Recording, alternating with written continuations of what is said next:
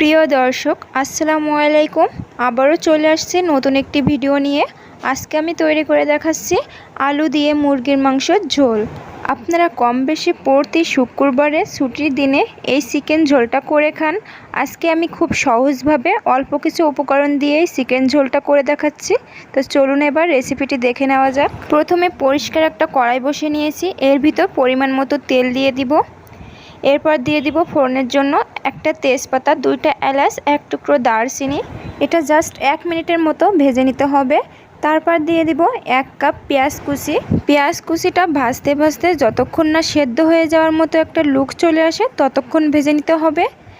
এবার আমার ভাজা হয়ে গেছে। এবার দিয়ে দেব 1 টেবিল চামচ আদা ও রসুনের পেস্ট।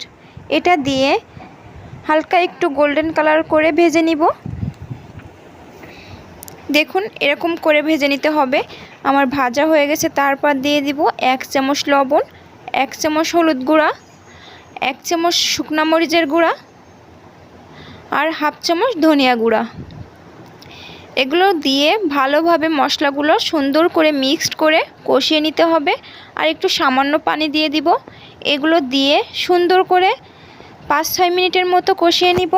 মশলাটা কষাতে কষাতে যখন মশলা থেকে তেল ছেড়ে দেবে, এই পর্যায়ে বুঝবেন আমার মশলাটা পুরোপুরিভাবে কষানো হয়ে গেছে। তারপর দিয়ে দিবেন চিকেনগুলো। এখানে আমি 1 কেজির মতো চিকেন নিয়েছি। এবার এই চিকেনগুলো মশলাগুলোর সাথে সুন্দর করে নেড়ে চেড়ে মিক্সড করে নিতে হবে। মিক্সড করা হয়ে গেলে 5 মিনিটের মতো আমি কষিয়ে নিব। দেখুন আমার 5 মিনিট কষানো হয়ে গেছে। এরপর দিয়ে দিব 2টা আলু। আলুটা দিয়ে আরও 10 মিনিটের মতো ভাজা ভাজা করে চিকেনটা কষাতে হবে। দেখুন কত সুন্দরভাবে ভাজা ভাজা করে চিকেনটা কষিয়ে নিয়েছি। এরকম করে কষাবেন, তাহলে কিন্তু চিকেনের টেস্টটা বেশি বেড়ে যাবে আর খেতেও কিন্তু দুর্দান্ত লাগবে।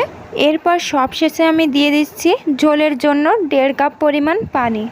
এবার এটা নেড়ে চেড়ে 5 মিনিটের মতো আমি রান্না করে নিব। 5 মিনিট পর ফিরে আসছি। এবার দিয়ে দিব 5 থেকে 6টার মতো কাঁচামরিচ। এটা দিয়ে আরও 5 মিনিট রান্না করে নিব। 5 মিনিট রান্না করা হয়ে গেছে। এবার দিয়ে দিব 1 চামচ ঘি।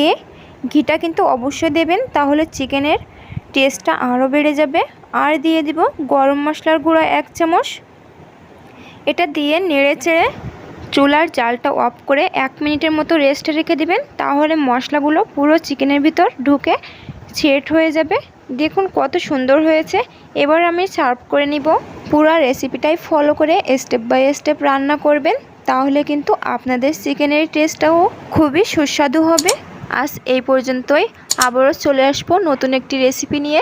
সেই পর্যন্ত ভালো থাকবেন, সুস্থ থাকবেন। আল্লাহ হাফেজ।